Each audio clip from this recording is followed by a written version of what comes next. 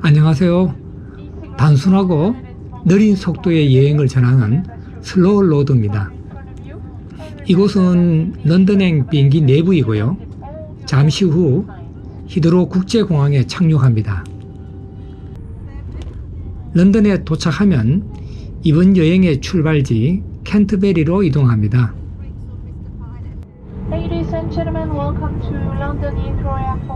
그곳에서 프랑스와 스위스를 거쳐 이탈리아 로마까지 도보로 이동합니다.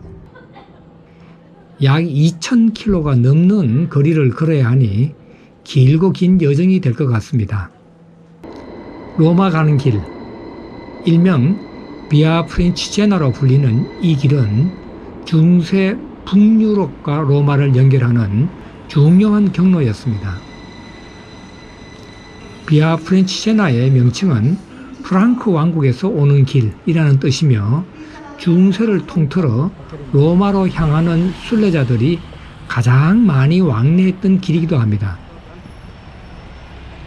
비아 프렌치제나는 1994년 유럽 평의회에 의해 유럽 문화의 루트로 선포된 후 도보 여행자들의 여정으로 주목받고 있습니다. 비아 프렌치제나는 같은 중세 순례길인 스페인의 산티아고에 비해 덜 알려져 있어 이를 소개하는 취지에서 브이로그를 만들게 되었습니다. 이 영상이 비아 프렌치제나 여행을 계획하는 분들에게 유익한 정보가 되었으면 합니다. 이번 영상은 로마 가는 길의 출발지인 캔터베리 대성당에 대해 살펴보려고 합니다. 캔터베리행 열차는 빅토리아 역에서 출발합니다. 빅토리아 역에서 캔터베리 이스트 역까지 사우스 이스턴 열차로 약 1시간 30분 정도 걸립니다. 캔터베리에는 이스트와 웨스트 두 개의 역이 있습니다.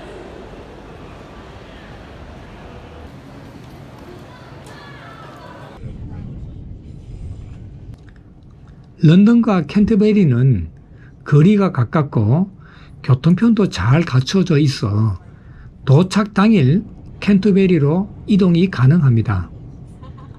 런던 시내 투어에 관심이 없다면 굳이 혼잡하고 숙박비 비싼 런던에 숙박할 이유가 없겠지요. 항공 예약 시 이 점을 감안할 것을 추천합니다.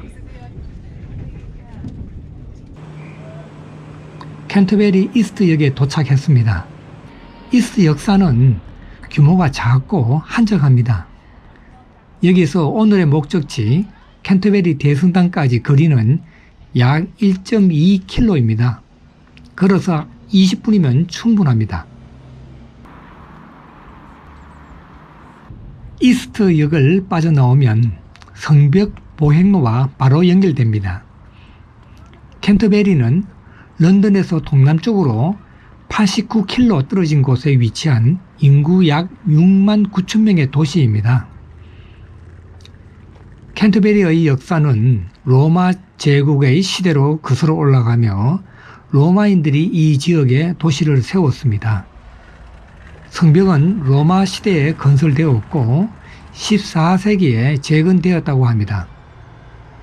지금도 구도심의 일부는 견고한 성벽으로 둘러싸여 있고 도시 중심부에는 중세풍의 건물들이 남아 있습니다. 성벽을 따라 군데군데 망루가 있어 예스러운 멋을 풍깁니다.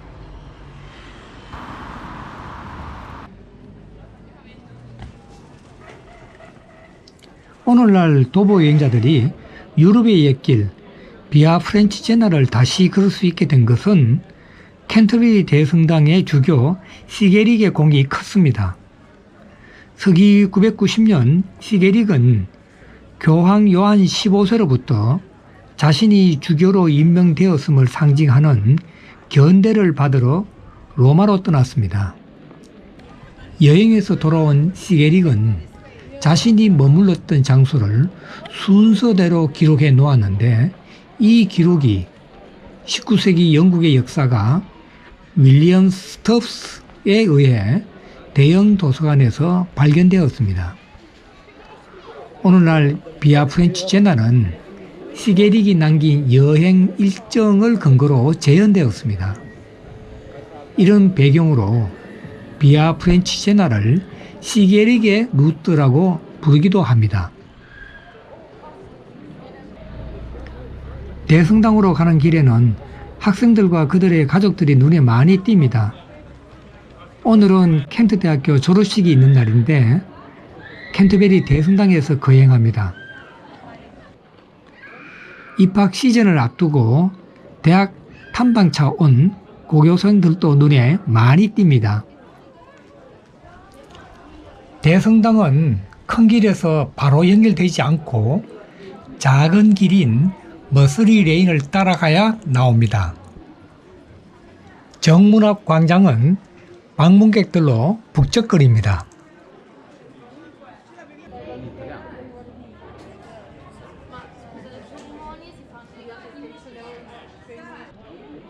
대성당은 보수공사로 건물 주변에 가림막과 비계를 설치해 놓아 외관을 거의 볼 수 없습니다. 본당에서는 켄트 대학교 졸업식이 거행되고 있어 일반인 출입을 막고 있습니다. 채플실과 지하 교회만 건물 뒤편으로 접근할 수 있습니다. 대성당에서 경건하고 정적이 감도는 분위기를 체험할 것으로 상상했는데 실상은 졸업생들과 가족들, 일반 방문객들로 붐벼 마치 대학 캠퍼스를 연상케 합니다.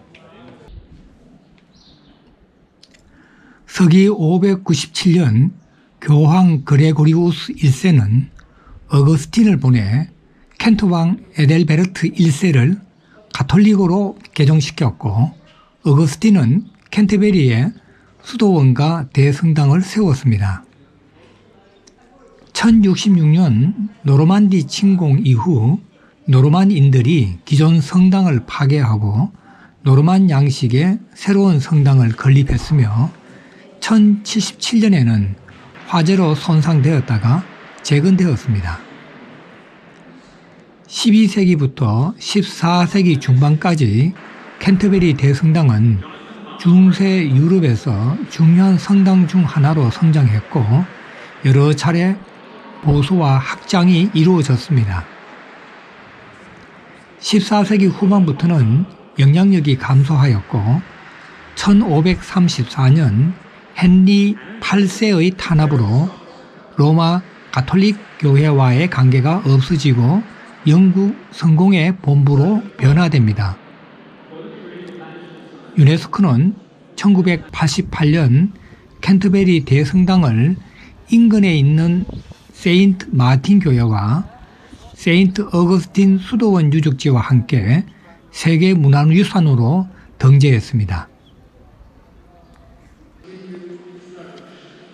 켄터베리 대성당의 역사에서 빼놓을 수 없는 사건이 하나 있는데요. 바로 대주교 토마스 베켓의 죽음입니다. 베켓은 헨리 2세와의 불화로 인해 프랑스에서 망명생활을 하다가 돌아와 1170년 12월 29일 왕이 보낸 4명의 자객에 의해 대성당에서 살해당했습니다. 1173년 로마 가톨릭 교회는 베켓을 성인으로 추대했고 그의 죽음은 켄터베리 대성당의 확장과 순교지로서 권위 상승에 크게 기여하게 됩니다. 하지만 1534년 영국 교회를 창설한 헨리 8세는 수세기 전에 죽은 토마스 베켓을 반역죄로 몰아 그의 무덤을 철거합니다. 그리고 대성당의 재산을 몰수하고 수도원을 폐쇄해버렸죠. 여기 토마스 베켓의 유골이 안장되어 있던 자리입니다. 교회와 국가 간의 권력 분쟁에서 중심에 섰던 한 인물의 영혼을 촛불 하나가 홀로 기리고 있습니다. 토마스 베켓의 순교는 14세기 후반 제프리 초스가 쓴 캔터베리 이야기의 배경이 됩니다. 캔터베리 이야기는 각계각층의 사람들이 토마스 베켓의 순교지인 캔터베리 대성당으로 순례가면서 서로 돌아가며 나눈 이야기를 모아 엮은 책입니다. 당시 사회적 분위기는 프랑스어와 라틴어가 아닌 영어는 문학 언어로서 인정을 받지 못했습니다. 하지만 초수는 영어로 소설을 썼고 그의 작품은 중세 영문학의 최고봉으로 꼽힙니다.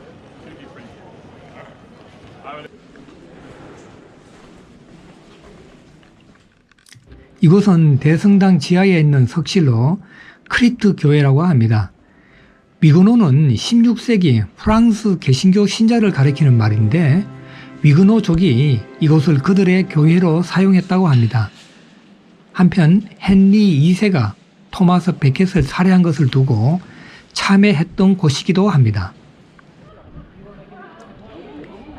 캔터베리 대성당은 중세 유럽의 성지 순례에서 중요한 위치를 차지합니다. 대성당은 세 개의 순례길과 연결됩니다. 첫째는 토마스 베켓의 죽음을 기리는 순례자들의 목적지가 바로 이곳입니다. 순례자들은 윈체스터와 런던 그리고 유럽 각지에서 이곳으로 왔다고 합니다. 둘째는 스페인의 콤포스텔라로 떠나는 산티아고 순례자들이 이곳 대성당에서 출발했다고 합니다. 셋째로는 이탈리아 로마로 가는 비아 프렌치제나 순례자들도 이곳에서 출발했습니다. 이처럼 캔터베리 대성당은 순례자들의 목적지이며 동시에 출발지로서 중세 순례에 있어서 중심적인 역할을 했던 것입니다. 이곳은 클로이스터입니다. 클로이스터는 수도원이나 성당의 안뜰을 둘러싼 회랑 같은 것을 말하며 회랑으로 둘러싸인 안뜰을 클로이스터 가드라고 합니다. 회랑은 주로 수도사들의 명상과 기도, 독수를 위한 장소이며 대성당 내 다른 건물들을 연결하는 통로로 사용되었습니다. 이 회랑은 15세기 초에 지어졌으며 건축적으로 고딕 양식을 따랐습니다. 아치 형태의 볼트 천장은 정교한 도형과 미학적으로 디자인되어 있으며 중세 장인의 예술적 솜씨를 고스란히 보여주고 있습니다. 아치형 천장에는 각양각색의 문장이 장식되어 있습니다.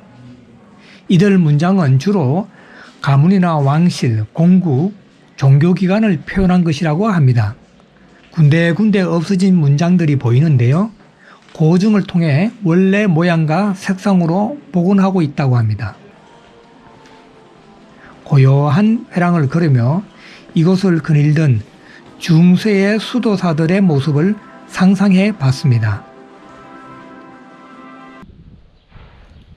캔터베리 대성당의 뒤편, 중세 때 수도원이 있던 자리에 허브 정원이 조성되어 있습니다. 중세 시대에는 수도사들이 허브를 재배했는데 이는 수도원 공동체의 건강과 영양 그리고 종교적 의례를 유지하는 데 중요한 역할을 했다고 합니다.